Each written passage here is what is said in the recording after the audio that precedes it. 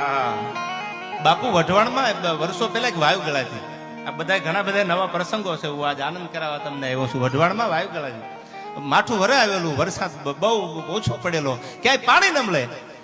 એટલે પાણી ન મળે એટલે કોઈ જ્યોતિષ ને બોલાવીને વઢવાણ ઠાકોર સાહેબ એમ કીધું કે પાણી આવે એવા કઈ સમાચાર તો આપો, તમે તો જ્યોતિષ છો, તમે તો જાણકાર છો, અને તમે હે ભૂદેવ કાંઈક એવો રસ્તો કરો કે વરસાદ વરસે પાણી આવે, કાંઈક તો એવું કરો. અને તેથી ટીપણું ખોલ્યું બ્રાહ્મણે.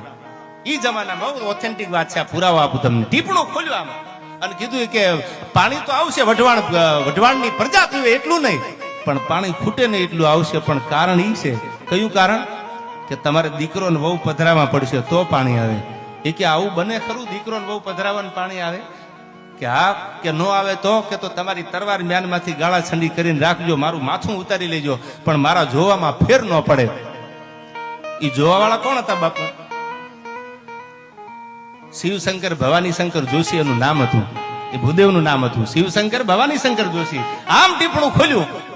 અને આજ પણ અમારા ગામડામાં એ ગીતો હજી બાપુ ગવાય છે. કચ્છની મને ખબર નથી કે 12 વર્ષે નાવણ ગળાવ્યા, નાવણે નીરનો આવ્યા, જાણતળ જોશીડો એમ કરી બોલ્યો, દીકરો ને બહુ પધરાવો.